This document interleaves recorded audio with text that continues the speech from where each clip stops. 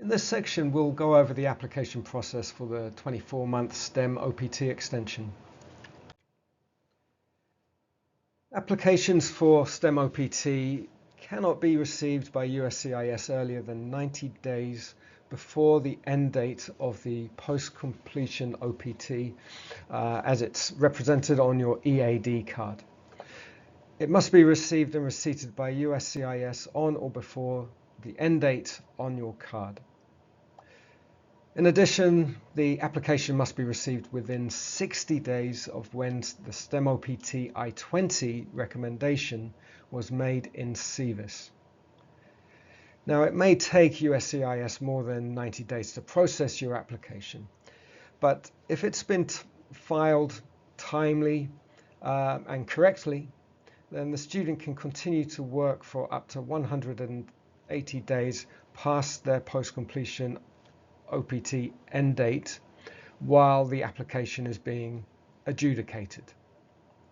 This is an automatic extension to your work authorization.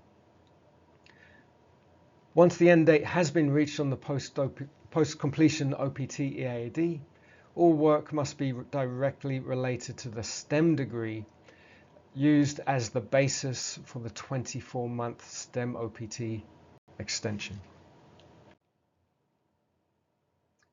Now, once you and your employer have completed the I-983 training plan and you're ready to apply for the STEM OPT, you'll go to the ISSO website and click on the SciStart portal. This is located at the top of the screen. On SciStart, you can log in with your Net ID and password. So you don't need to put in your full email, but just your Net ID. That's the first part of your email. So after logging into SciStart, you click on the F1 Student Services in the left-hand menu, and then you can choose Optional Training STEM Extension Checklist. On the STEM OPT I-20 recommendation form, you'll be asked to upload your I-983 plan that you completed with your employer. Once you have submitted that form to the ISSO office, we'll then create a STEM OPT recommendation I-20. We usually do this within 10 business days. If any changes are required before we need to issue that card, you'll receive an email from us and letting you know what action you need to take. So after we've issued the card, you'll receive another email from us saying that your I-20 is ready to be collected. The email will include information on how to collect it or have it mailed to you. It will include information on the application timeline, review options and times, a link to guidance on completing the Form I-765, which you will complete online through the USCIS website, a list of the required STEM OPT application materials, and finally information on submitting your application to USCIS.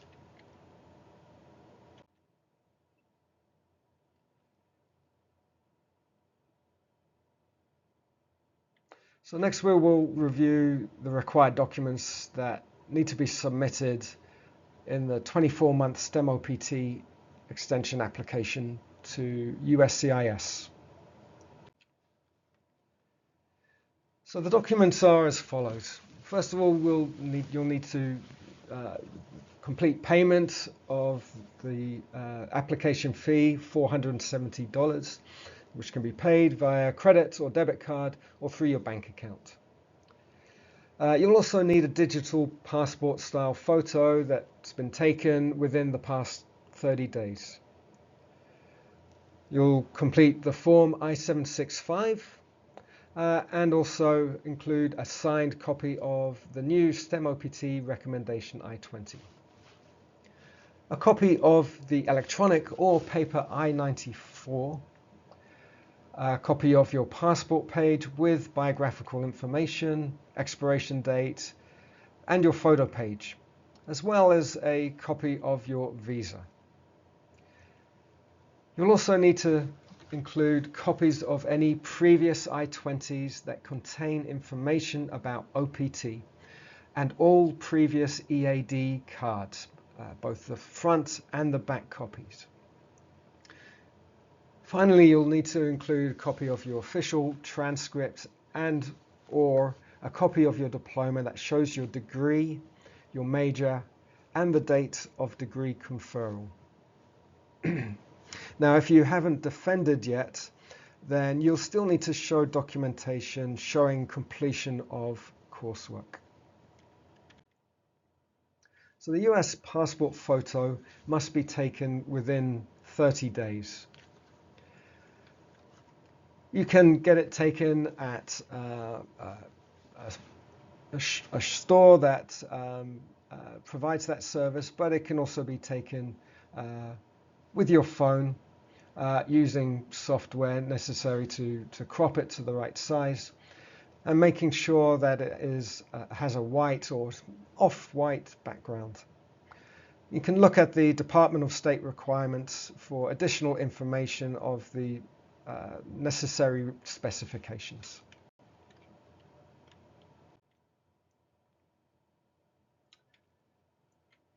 When applying for the 24-month STEM extension, you will be issued a new I-20 with the STEM extension listed on page 2.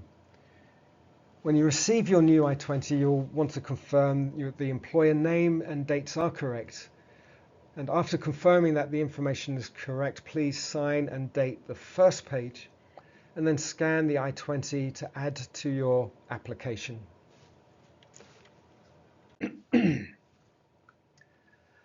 You'll also want to include a copy of your most recent I-94 record, and this can be retrieved online through the Department of Homeland Security website. Make sure that you check that the information on it is correct, such as your name, the date of your most recent entry, and any other information. If there are any issues, please contact ISSO and we can help get this corrected.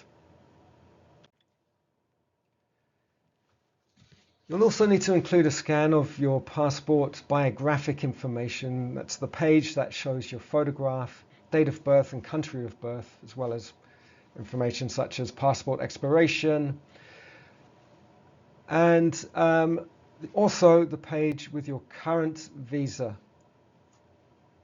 If you entered the US using a previous passport, or your visa is in a previous passport, then you should also upload a copy of the old passport as well.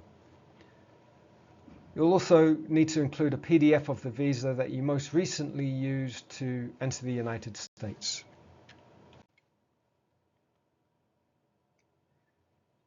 You'll need to include a copy of all previous OPT I-20s, or any I-20 that was issued during your post-completion OPT.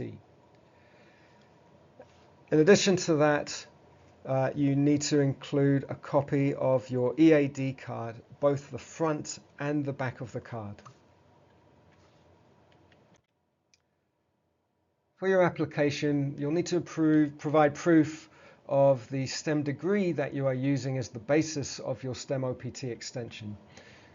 So normally this will be a copy of your official transcript that indicates the date of the degree conferral, education level, and field of study. You can also submit a copy of your diploma if it contains the same information.